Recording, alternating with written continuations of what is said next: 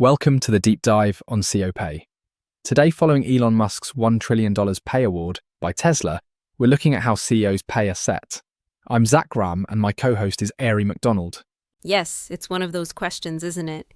Textbooks give you neat models, but reality, it often looks more like, well, chaos. Ego plays a huge part, and lately lots of legal fights. Absolutely. We've got a perfect example to kick things off today. Elon Musk's gigantic Tesla pay deal, possibly up to $1 trillion. Shareholders just gave it the green light. It is staggering, the largest package ever by far, and it really throws all the usual tensions around executive pay into sharp focus, doesn't it? Right, so our mission today is to use this unprecedented case as a launch pad. We're diving deep into the psychology, the legal constraints, the whole governance shenanigans around C-suite pay. And we'll be analyzing a major survey from the LSE London School of Economics, talking to directors and big investors to get their take on the subject. The goal here is to understand that gap, the gap between the clean economic theory and the, let's face it, often messy reality of why CEOs get the big bucks. Okay, so let's start with the Musk deal itself. The sheer size, it's almost hard to process. We are talking potentially nearly $1 trillion eventually. $1 trillion. Just put that in perspective for us. Well, think about this. The total potential value is roughly the annual economic output, or GDP, of the Netherlands, or more than the combined GDP of Sweden and Denmark. Even compared to Musk's estimated wealth somewhere in the $460 to $490 billion range. And the board's argument for this astronomical sum? Pretty straightforward, actually. They pushed hard for approval, basically warning shareholders, look, if you don't approve this, we might lose Elon. The classic key man risk argument. He's indispensable, basically. That was the message. And it clearly worked, even with some really heavy hitters pushing back. Right, because it wasn't universally loved. You had major investors like Norway's giant sovereign wealth fund and CalPERS out of California. Yes. And the big proxy advisory firms too, ISS, Glass Lewis, they all recommended voting no. But in the end, 75% of shareholders, including a lot of individual retail investors, voted yes. Okay, so why? What was the justification baked into the deal itself? Because it's not just free money, right? No, not at all. It's heavily performance-based. I mean, the targets are almost science fiction. Musk only gets the full payout if Tesla achieves these 12 incredibly ambitious goals over the next 10 years or so. And these goals are? We're talking things like boosting the market cap from, say, a $1.5 trillion benchmark way up to $8.5 trillion. That's a massive, 567% return. Okay. Plus delivering 20 million EVs, getting 10 million subscriptions for full self-driving, and even, get this, producing and deploying 1 million humanoid robots and 1 million robotaxis. So it's literally pay for building the future, as Tesla envisions it. Pretty much. Conquer the future, get the reward. And where does the money, or rather the stock, actually come from? The company issues new shares, basically, printing them out of thin air. This does dilute existing shareholders. The estimate is around 12% dilution if all those massive targets are hit. But the argument from the yes voters is that the pie gets so much bigger that their smaller slice is still worth vastly more. That's the economic trade-off they accepted, exactly. Increased value outweighs the dilution cost. But hanging over all of this is the legal drama. This wasn't the first time this deal was voted on, was it? No, absolutely not. This whole revote happened because the original 2018 package, worth maybe $56 billion then, potentially $120 billion now with stock appreciation, was thrown out twice by the Delaware Court of Chancery. And the judge's reasoning was pretty scathing, as I recall. Oh, yeah. Chancellor Kathleen McCormick's findings were, brutal. She found the board wasn't truly independent from Musk, cited close personal ties, business links. And wasn't there something about directors getting huge compensation themselves from Tesla? Yes. Life-changing compensation was the phrase used, the implication being it compromised their ability to negotiate hard against Musk for the shareholders. Which led to Tesla doing what? Packing its bags. Essentially, an aggressive reaction. They moved the company's legal home from Delaware to Texas. People are calling it Dexit. And then they tried the shareholder revote after the trial to basically override the judge. Which the Delaware court said, Nope. Pretty much rejected it as legally invalid. So the governance fight is absolutely central here. It's not just about the money. It's about the process, the independence, the board's role. Okay, so the Musk saga shows just how powerful that key man argument, the retention focus, can be. If keeping the CEO is that critical, how does that square with what directors generally say they prioritize? Let's bring in that LSE survey. Right, let's pivot from the Musk case to the broader picture. Standard economics gives us two main ideas for CEO pay. First, the participation constraint, basically. Do you pay enough to get the CEO in the door and keep them there? Attract and retain. And second, incentive compatibility. Is the pay structured to make them work hard and smart for the shareholders? Okay, theory versus reality. What do the directors and investors in the survey actually say? Well, here's a key split. Directors, almost 2/3, 65%, they said attracting and retaining the CEO was their absolute top priority. Makes sense given the Musk example. But investors, a slim majority, 51%, were more focused on designing the pay structure to motivate the CEO. Different emphasis. Interesting, but what about just paying less?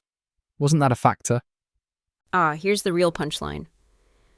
Almost nobody, directors or investors, ranked minimizing the actual level of pay as important. Like 91% of directors put it dead last. Really? So the cost is almost irrelevant to them. Relatively speaking, yes. They seem to view the potential value a great CEO adds or the value a bad one destroys as so huge that the pay itself is small change by comparison. Okay, and this seems huge. You mentioned this idea of a controversy constraint. What's that about? This is where it gets really, really interesting. Forget pure economics for a second. A significant majority of directors, 67%, 2/3, admitted they would actually sacrifice shareholder value just to avoid public controversy over the CEO's pay. Wait, say that again? They leave money on the table? Explicitly, they'd accept a lower return for shareholders to avoid negative press, angry tweets, pushback from proxy advisors, maybe even unhappy employees or customers. Wow, so reputation management trumps maximizing profit. In many cases, it seems so. They prioritize a quiet life, corporately speaking. That feels like it fundamentally warps the whole principal agent idea, doesn't it? It does, and directors themselves said, this pressure has real consequences. Over 3/4 said these external constraints have forced them to offer lower pay levels than perhaps optimal. So they're designing pay packages to be defensible to outsiders? Okay, so if the pure financial incentives are being sort of blunted by this fear of controversy, what does actually motivate CEOs, according to the people setting their pay? This was another surprising finding from the survey. Intrinsic motivation, just the drive to do a good job and personal reputation. Those were seen as much stronger motivators than the money itself. Over 90% of directors and investors rated those as highly important. 90%. Okay, but that raises the question. If a CEO already has, say, billions in stock, they don't need another billion for groceries. So why is that huge pay, the bonus, the raise, still such a big deal? Great question, because at that level, pay stops being primarily about consumption. It becomes about ex-post recognition, about fairness, about status. Ex-post recognition? Meaning getting acknowledged after the fact for performance.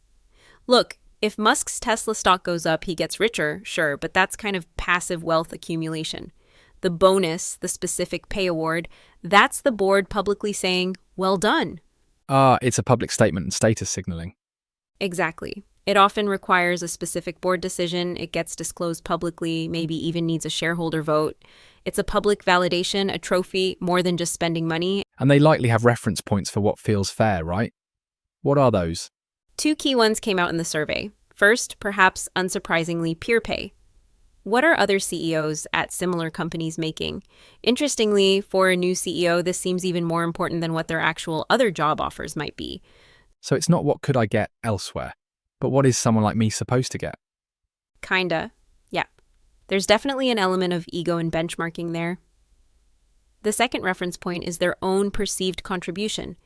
I deliver great results, so I deserve a big increase. Okay, that makes sense from the CEO side. But you mentioned fairness matters to the board and investors too, and leads to some suboptimal practices. Yes, two big ones. The first is this idea that CEOs should share risk with shareholders, even risk completely outside their control. Like a market downturn? Exactly. Pure economic theory would say, don't punish the CEO for a recession they didn't cause. That's inefficient risk sharing. But boards and investors often feel it's fair for the CEO's pay to take a hit when shareholders are hurting. It mirrors the shareholder experience, even if it's not strictly logical. It's about appearances, about shared sacrifice. The second fairness constraint is internal equity. The CEO's pay needs to be significantly higher than other top executives, maintaining the hierarchy, that sense of worth, but not too high. Compared to the average worker, maybe, to avoid looking completely out of touch. Exactly. It's another balancing act driven by perception and psychology, not pure efficiency calculations. The system seems wired for stability, both internal and external, as much as for performance. Which must make actually changing pay, especially downwards, incredibly difficult. Hugely difficult. Remember that stats?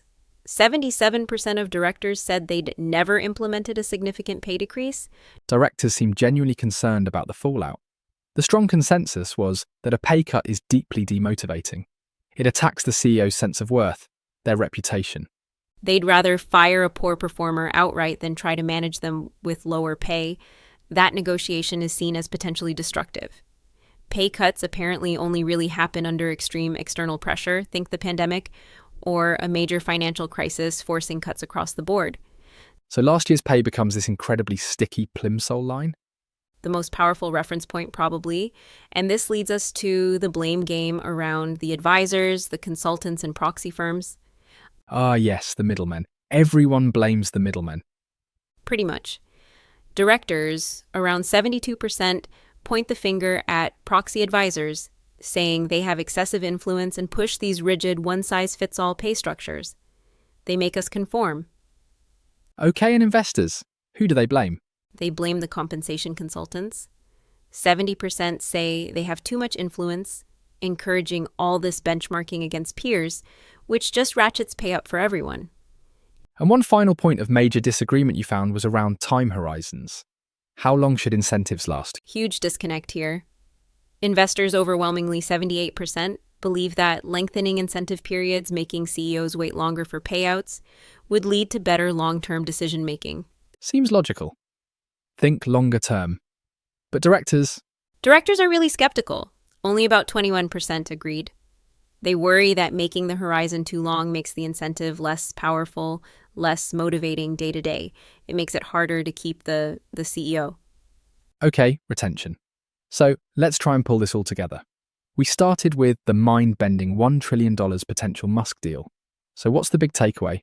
I think the core lesson is that CEO pay isn't just a simple labor market transaction like hiring a plumber. It's deeply entangled with governance, with psychology, with legal constraints. It's not just about supply and demand for talent. Not entirely. The Musk deal itself exists largely because shareholders persuaded by the board bought the key man argument. Retention, the participation constraint became paramount, almost priceless. And the structure itself, while enormous, arguably passed the fairness test for many voters because it was so heavily tied to massive unprecedented gains for them. Exactly. It's contingent. He only gets paid if we get incredibly rich. That narrative is powerful, externally justifiable, even if the process that got there, the board independence issues, the legal fights, raises serious governance red flags. Which leaves us with a final thought, maybe a provocative one. The really big question isn't just, is CEO X worth the money? It's more fundamental. Can a system where pay reflects powerful human elements, ego, recognition, avoiding bad press, causes the pure pursuit of economic efficiency to take a back seat? It certainly seems like a constant tension, efficiency being compromised for psychological and political stability. And that's a wrap. Thanks for watching. Please share, comment, like, and subscribe. Until next time.